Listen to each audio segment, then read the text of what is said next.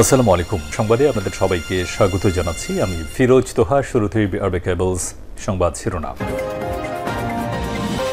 বাংলাদেশের সর্বশেষ গুরুত্বপূর্ণ আপডেট সংবাদে আপনাকে স্বাগত। শুরুতে সংবাদ শিরোনাম, পরে বিস্তারিত। শুরুতে জানাবো, লন্ডনে ঈদের জামাতে প্রকাশ্যে হাসান মাহমুদ থাকেন অন্য দেশে। গত ৫ আগস্ট সরকারের পতনের পর শেখ হাসিনা পালিয়ে ভারতে চলে যান। তার নেতাকর্মীরা ভারতসহ বিভিন্ন দেশে আশ্রয় নেয়, কিন্তু কিছু নেতা পালাতে না পারার কারণে গ্রেপ্তার হয়েছে।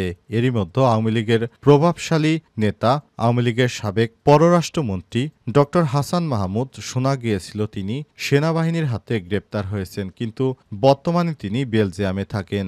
গত ৩১শে মার্চ ঈদ করতে তিনি যুক্তরাজ্যের লন্ডনে এসেছিলেন। সেখানে তার কিছু ছবি ভাইরাল হয়েছে। এ বিষয়ে গুরুত্বপূর্ণ সংবাদ জানাবো, সঙ্গেই থাকুন।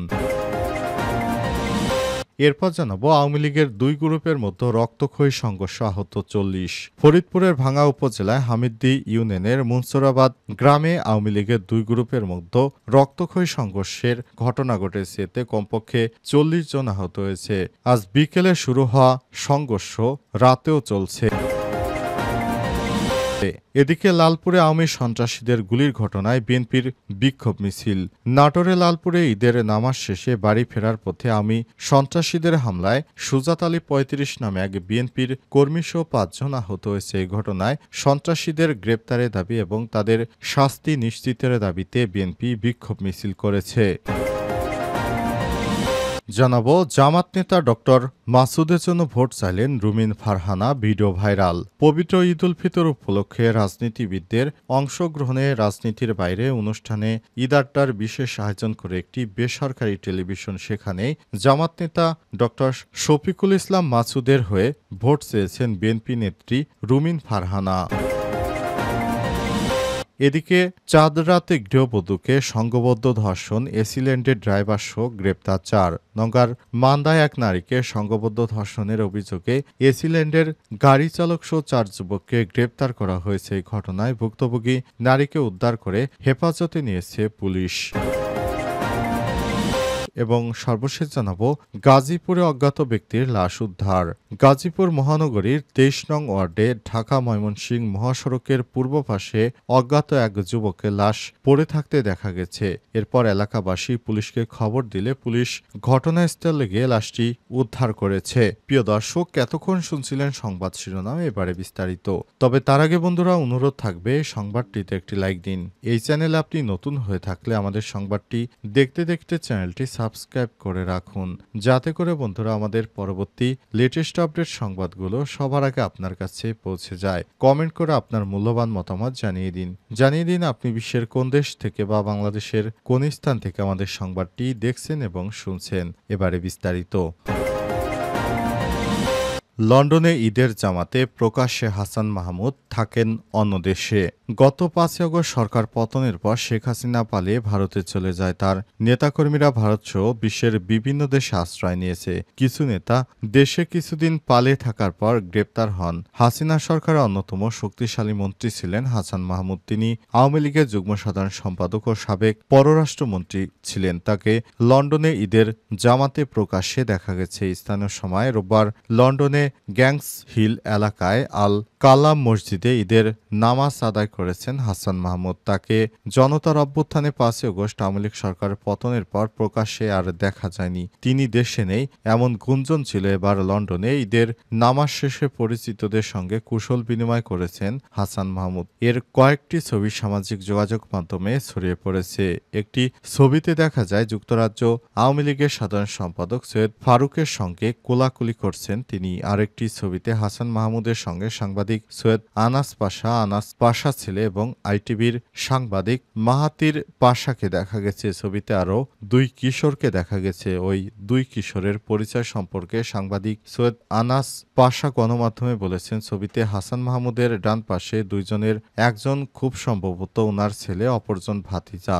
এ সময় তিনি আর বলেছেন, হাসান মাহমুদ বেলজিয়ামে থাকেন। লন্ডনে পড়ালেখারত ছেলের সঙ্গে ঈদ করতে তিনি লন্ডনে এসেছেন। ওই সাংবাদিক আরও বলেছেন, যুক্তরাজ্য আওয়ামী লীগের সাধারণ সম্পাদক সৈয়দ ফারুক সম্পর্কে আমার চাচা এবং লন্ডনে আমরা একই এলাকায় বসবাস করি। নামাজ শেষে তিনি হাসান মাহমুদের সঙ্গে আমাদের পরিচয় করিয়ে দিয়েছেন।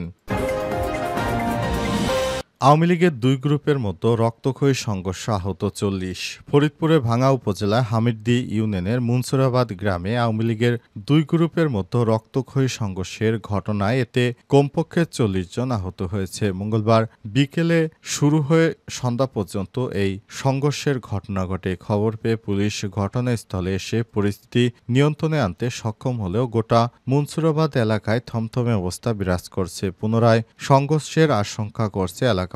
পরিস্থিতি নিয়ন্ত্রণে অতিরিক্ত পুলিশ মোতায়েন করা হয়েছে। স্থানীয় সূত্র থেকে জানা গেছে, আওয়ামী লীগের প্রেসিডিয়াম সদস্য, সাবেক সংসদ সদস্য মুজিবুর রহমান নিকচন চৌধুরীর সমর্থক বাবর আলী মেম্বর ও বর্তমান মেম্বর আলম মোল্লা, বাংলাদেশ আওয়ামী লীগের প্রেসিডিয়াম সদস্য কাজী জাফরুল্লাহ সমর্থকের মধ্যে দীর্ঘদিন ধরে এলাকায় আধিপত্য বিস্তারের ঘটনা নিয়ে সংঘাতের পাশাপাশি মামলা মোকদ্দমা চলছিল। পূর্ব ঘটনার জের ধরে মঙ্গলবার বিকেলে ইউনিয়ন পরিষদের সদস্য আলম মোল্লা ও সাবেক ইউপি সদস্য বাবর আলী গ্রুপের লোকজন ঢাল সরকি রামদা ট্রেডার্স ও দেশীয় অস্ত্রের সজ্জিত হয়ে এক পক্ষ অপর পক্ষকে ঘায়েল করতে মরিয়া হয়ে ওঠে। প্রায় ৩ ঘণ্টাব্যাপী ধাপ পাল্টা ধাওয়া সংঘর্ষ চলে। ধাপ পাল্টা ধার এক সময় ইটের আঘাতে কমপক্ষে ৪০ জন গুরুতর আহত হয়েছেন। এ সময় ১০ থেকে ১৫টি দোকান ভাঙচুর, লুটপাট, মালামাল লুটপাটের ঘটনা ঘটেছে বলে অভিযোগ করেছে বাজারে ক্ষতিগ্রস্ত দোকান মালিক সমিতি। গুরুতর আহতদের মধ্যে মধুদ সম্রাট, নুরু, সাব্বিরকে ভাঙ্গা উপজেলা স্বাস্থ্য কমপ্লেক্সে ভর্তি করা হয়েছে। আহতদের স্থানীয় চিকিৎসা কেন্দ্রে থেকে চিকিৎসা দেওয়া হয়েছে বলে জানা গেছে। ভাঙ্গা থানা police officer SI Azad Rahman জানান, এলাকায় আধিপত্য বিস্তারকে কেন্দ্র করে এই সংঘর্ষের ঘটনা ঘটেছে। তবে পরিস্থিতি নিয়ন্ত্রণে এলাকায় অতিরিক্ত পুলিশ মোতায়েন করা হয়েছে। লালপুরে আওয়ামী সন্ত্রাসীদের গুলির ঘটনায় বিএনপির বিক্ষোভ। নাটোরের লালপুরে ঈদের নামাজ শেষে বাড়ি ফেরার পথে আওয়ামী সন্ত্রাসীদের হামলায় ঘটনায় বিএনপির নেতাকর্মীরা আহত হয়েছে। ঘটনায় বিএনপির নেতাকর্মীরা বিক্ষোভ মিছিল করেছেন। তারা জানিয়েছেন, তারা আওয়ামী লীগের নেতাকর্মীদের বিচার চায়। মঙ্গলবার বিকাল 4:30টার দিকে উপজেলার রামকৃষ্ণপুর ঈদগাহ মাঠে লালপুর ইউনিয়ন বিএনপির সাবেক সভাপতি আশরাফুল আলম লুলুর সভাপতিত্বে তারা এই বিক্ষোভ সমাবেশ করেন। সেখান থেকে বলা হয়েছে, আওয়ামী লীগের সন্ত্রাসীরা দীর্ঘদিন এলাকায় না থাকার কারণে এলাকার পরিস্থিতি ভালো ছিল। তবে ঈদের সময় তারা এলাকায় ফিরেই তারপর তারা নানা ধরনের অপকর্ম শুরু করেছে। তে এলাকার পরিস্থিতি নষ্ট হচ্ছে। এ সময় এই সন্ত্রাসীদের দৃষ্টান্তমূলক শাস্তির দাবিতে তারা এই বিক্ষোভ সমাবেশ করেছেন। বিএনপির নেতাকর্মীরা জানিয়েছেন, দেশটাকে সুন্দর এবং স্থিতিশীল রাখতে অবশ্যই ফ্যাসিবাদের দোষরদেরকে আইনের আওতায় এনে তাদের কঠিন থেকে কঠিন শাস্তির ব্যবস্থা করতে হবে। তা না হলে তারা যে ধরনের অপকর্ম শুরু করেছে তারা দেশটাকে আর সুস্থ থাকতে দিবে না। এজন্য তারা এই বিক্ষোভের আয়োজন করেছে। উল্লেখ্য, গতকাল আওয়ামী লীগের সভাপতির ছেলে নিজ এলাকায় দীর্ঘদিন আত্মগোপনের পর এলাকায় ফিরে তিনি সংঘর্ষে জড়ান এবং এই সংঘর্ষের কারণে এলাকায় থমথমে পরিস্থিতি বিরাজ করছিল। এ অবস্থায় আওয়ামী লীগ নেতার ছেলের গুলিতে বিএনপির ৫ নেতাকর্মী আহত হয়েছে। এই ঘটনার পরই সেখানে অভিযান চালিয়ে সেনাবাহিনীর সদস্যরা আওয়ামী লীগের সভাপতির ছেলেকে গ্রেপ্তার করে এবং বর্তমানে সে জেল হাজতে রয়েছে বলে জানা গেছে। জামাত নেতা ডক্টর মাসুদের জন্য ভোট চাইলেন রুমিন ফারহানা। Video viral. পবিত্র ঈদ উল ফিতর উপলক্ষে রাজনীতিবিদদের অংশগ্রহণে রাজনীতির বাইরে অনুষ্ঠানে ঈদ আড্ডার বিশেষ আয়োজন করে একটি বেসরকারি টেলিভিশন সোমবার ঈদের দিনে অনুষ্ঠানটি আয়োজন করা হয়। দীপ্তি চৌধুরীর উপস্থাপনায় এতে বিশেষ অতিথি হিসেবে বাংলাদেশ জামাত ইসলাম ঢাকা মহানগর দক্ষিণের সেক্রেটারি ও ছাত্র শিবিরের সাবেক সভাপতি ডক্টর মাসুদ শফিকুল ইসলাম মাসুদ, বিএনপির আন্তর্জাতিক বিষয়ক সম্পাদক ও সাবেক সংসদ সদস্য ব্যারিস্টার রুমিন ফারহানা, এবি পার্টির সাধারণ সম্পাদক ব্যারিস্টার আসাদুজ্জামান ফুয়াদ ও জাতীয় নাগরিক পার্টি এনসিপি জ্যেষ্ঠ যুগ্ম আহ্বায়ক সামান্তা শারমিন উপস্থিত ছিলেন। সেখানে ৩৬ মিনিটের ওই ঈদ আড্ডার এক পর্যায়ে দীপ্তি চৌধুরী অতিথি বলেন, আজকে একটা গেম সেকশন আছে। গেমটা হচ্ছে, একজন যদি আরেকজনের নির্বাচনী ক্যাম্পে অংশ নেয় তাহলে কিভাবে প্রচারণা করবেন সেটি এখানে করে দেখাতে হবে।